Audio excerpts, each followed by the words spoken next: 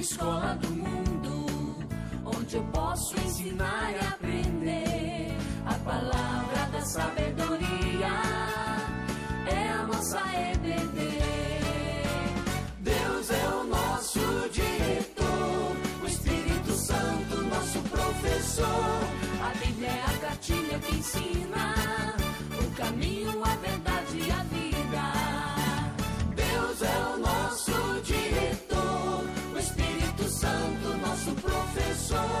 A Bíblia é a cartilha que ensina o caminho, a verdade e a vida. Olá, meus alunos da Escola Dominical. Mais uma vez, damos oportunidade a todos nós de, antes da Escola Dominical, na nossa pré-aula, a gente pudesse ouvir um pouco da Palavra de Deus. Temos falado, como vocês têm acompanhado, todo domingo, sobre a carta aos Efésios, que eu intitulei Igreja Corpo Vivo de Cristo. Na semana passada, nós falamos sobre o poder que essa igreja tem em espalhar o senhorio e o domínio de Cristo sobre o mundo inteiro. Quando os cristãos chegaram em terra brasileira, eles colocaram um nome nessa terra, chamada Terra de Veracruz. Depois, colocaram um nome nessa terra brasileira, antes de ser Brasil, Terra de Santa Cruz. De uma certa forma, guardados os distanciamentos críticos e guardadas as proporções, de uma certa forma, essa terra brasileira já nasceu crivada pela cruz.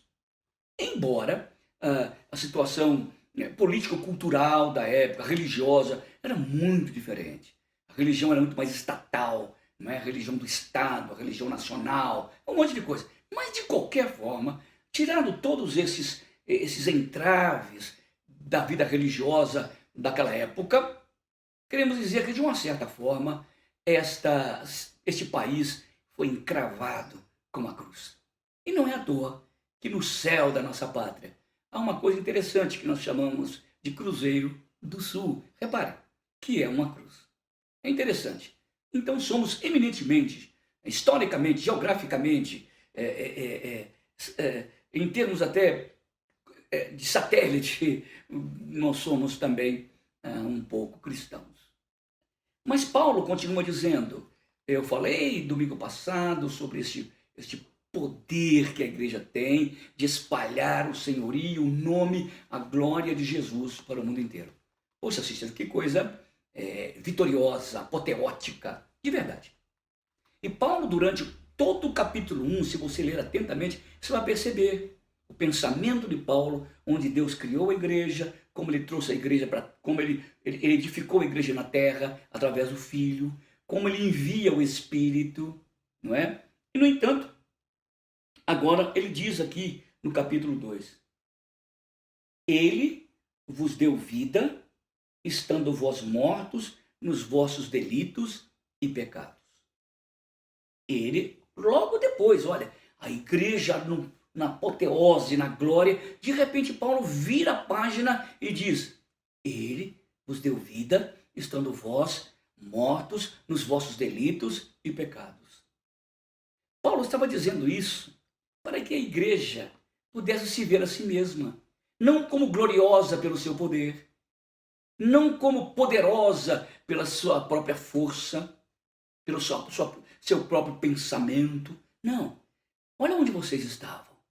Agora Paulo começa a tirar a igreja do céu, porque lá foi feita, tirar a igreja da cruz, porque ali ela foi edificada, e mostrar que a igreja antes estava no inferno. Deus começou a ver a igreja no céu, executou a sua obra na terra através do seu Filho, mas tirou também a sua igreja lá do inferno. Olha bem, capítulo 2, versículo 1. Ele vos deu vida, estando vós mortos nos vossos delitos e pecados. Olha a posição em que Deus nos colocou. Gloriosa. Mas olha de onde ele nos tirou. Era isso que Paulo queria que os irmãos de Éfeso atentassem. E é isso que ele quer para o que nós nos atentemos. Nós não nascemos assim. Nós não nascemos igreja. Nós éramos filhos da ira. Nós éramos candidatos, provavelmente candidatos do inferno. Todos os membros da igreja espiritual de Cristo. Mas para que Deus, o Pai, fundasse essa igreja, edificasse essa igreja no Filho, desse vida a ela pelo Espírito, ele foi obrigado a fazer um exercício, usando a metáfora, imenso para tirar esta igreja da morte. Imenso porque ele teve que dar o seu Filho, que é eterno, que é incomensurável. Por isso que eu falo que esse exercício foi muito grande. Era preciso de uma coisa maior do que a minha morte, para que pudesse me livrar dela. E só há uma coisa maior do que a morte: o Senhor da vida, que é Jesus Cristo. Pedro, quando estava pregando o seu primeiro sermão, lá no livro de Atos, no capítulo 3, ele diz uma coisa interessante para os judeus: e vós matastes o autor da vida. Quem esculpiu a vida no universo foi Jesus. Quem deu vida às minhas células, de forma que elas se multipliquem de vida em vida e também de morte em morte, mas quem deu vida ao meu corpo foi Ele. Ele é o autor da vida, diz Pedro. E aqui Paulo está dizendo: e este Deus vos deu vida. O Pai nos deu vida estando nós mortos nos nossos delitos e pecados. Será que delitos e pecados realmente podem nos matar? Como pode? Olha, a palavra delito, na língua original em que esse livro foi escrito, grego, significa não atravessar a linha do bem para o mal. Não. Significa resvalar na linha. O que está falando, Cícero? Que para Deus tanto faz você atravessar a linha demarcatória do bem para o mal, como encostar nela. É como se fosse uma raia, sabe aquelas raias de Olimpíadas? E que ela está carregada de voltilhões de energia. Tanto faz você atravessá-la e bater toda nela, como encostar só o dedo. O estrago será o mesmo. O que Paulo está dizendo é que nós não conseguimos andar em retidão, porque encostamos toda hora na linha demarcatória do bem para o mal, da perfeição para a imperfeição. Aliás, nós vivemos na imperfeição, porque nós resvalamos nessa linha demarcatória que se chama delito. Mesmo dentro da cultura jurídica, delito não é uma coisa tão pesada como latrocínio, coisa assim. Mas o delito também prende. O delito também joga na cadeia. O delito também nos coloca sub júdice, nos coloca na frente da justiça, como falam os juristas, coram ius, na cara do tribunal. Deus também faz isso conosco. Deus é um juiz muito mais perfeito do que os juízes da terra.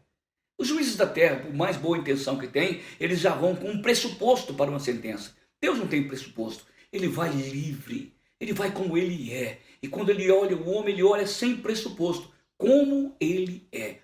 Morto nos delitos e pecados. Para Deus, essa morte é muito maior do que uma morte física. Porque eu posso morrer fisicamente e ressuscitar. Mas quando ele fala de morte, ele está falando de morte espiritual. Morrer e nunca mais viver. Não é extinguir. É morrer e nunca mais viver. É morrer eternamente sem nunca terminar de morrer. É isso que chama morte eterna. O que é vida eterna? É eu viver no céu como um fantasma? Gozando a eternidade? Não. É eu viver cada dia e cada dia vivendo com mais intensidade eternamente. O seu contrário, o seu antônimo, é a morte. É eu morrer cada dia mais sem nunca parar de morrer. Paulo diz: e vós estáveis mortos nos vossos delitos, porque resvalávamos e resvalamos o tempo inteiro no mal. Mesmo que a gente se julgue muito bonzinho, nunca matei, não roubei, não fumei, sou uma boa esposa, um bom marido, um bom filho, um bom pai, um bom profissional. Ótimo, não duvido. Mas você já resvalou no mal? A sua mente nunca resvalou no mal? Sua mão, seu olhar, seu falar, nunca resvalaram. E só o fato de resvalarmos nos mata. Vós estáveis mortos nos vossos delitos. Mas a Bíblia usa um outro termo, delitos e pecados. O que é pecado? O pecado já é diferente. Dá o mesmo mal, dá a mesma morte. O pecado é quando eu tento fazer alguma coisa boa, olha bem, e não faço com a mesma perfeição de Deus. Olha bem, quando eu tento fazer alguma coisa boa, mas não faço com a perfeição de Deus. Pastor, então Deus exige que sejamos perfeitos em tudo que fazemos? Sim. Sim. Por isso foi dada a lei de Moisés, para que nós fôssemos perfeitos. E o que a Bíblia diz? Que nós não conseguimos cumprir a lei. O bem que nós fazemos não é um bem pleno, não é um bem perfeito. Por isso que foi Cristo morrer em nosso lugar para fazer uma obra perfeita, para fazer justiça perfeita, para nos colocar como ortopedista da graça no caminho da retidão. Isso significa pecado. Já viram que na Idade Média tinha aqueles alvos? Vocês se lembram que os flecheiros, os arqueiros jogavam suas flechas? E eles disputavam aquelas Olimpíadas, como até hoje. Quantas pessoas acertam o alvo? Muitos. Muitos. Mas quem acerta na mosca? Geralmente só uma pessoa, o campeão. Quando Deus está falando sobre pecado, Ele está falando isso. Que eu acerto o alvo, eu tenho intenção de fazer o bem, mas ele não é perfeito. Ele não atinge a mosca do alvo. Vou dar um exemplo.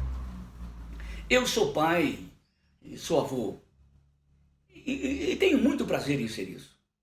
Mas quantas vezes eu pensei, eu preciso de educar os meus filhos bem, minha filha, meu filho, porque um dia, além de fazer o bem para eles, um dia, além de fazer o bem, eu precisar, eles vão me apoiar. Não vão me jogar em qualquer lugar. Eles vão me dar apoio emocional, me dar apoio psicológico, apoio físico e financeiro. Esse bem meu é perfeito? Será que Deus é meu pai como eu sou pai dos meus filhos? Claro que não. Porque aquilo que eu faço não é perfeito. Deus não. Quando deu o seu filho, ele não tinha nada para ganhar de nós. Ele tinha só para perder. Mas Deus amou o mundo de tal maneira que deu o seu filho unigênito, para que todo aquele que nele crê não pereça, mas tenha a vida eterna. Porque Deus enviou o seu filho ao mundo, não para que julgasse o mundo, mas para que o mundo fosse salvo através dele. Qual é a chance de eu sair do delito livre? Nenhuma. Qual é a chance de eu sair do pecado livre? Nenhuma. A não ser que eu corra para aquele que nunca resvalou. Que eu ande debaixo daquele que nunca resvalou. Que ande em retidão, que é o Senhor Jesus Cristo, o homem de Nazaré. Que eu ande debaixo da graça desse Senhor, do perdão, da misericórdia dele. E que eu acerte o alvo, porque Jesus vai endireitar a minha flecha sempre torta e dizer: Pai, aceita, porque eu estou enviando essa flecha no meu nome. Aí eu não vou errar mais. Olha onde a igreja se encontrava. E como Jesus tirou essa igreja do caos e colocou-a no cosmos. Como a igreja tirou essa igreja do imundos e colocou-a no mundus, na pureza. Isso é igreja. É de lá que nós viemos. É de lá que você veio. É de lá que eu vim. Eu nasci em igreja protestante. Eu nunca fui, na verdade, um grande pecador. Ou como não? Quando eu olho para a profundidade da Escritura, digo: eu sou tão pecador quanto qualquer outro deste mundo. É só a graça que me alcança e me liberta e me salva. E vós estáveis mortos nos vossos delitos e nos vossos pecados. Que Deus nos ajude.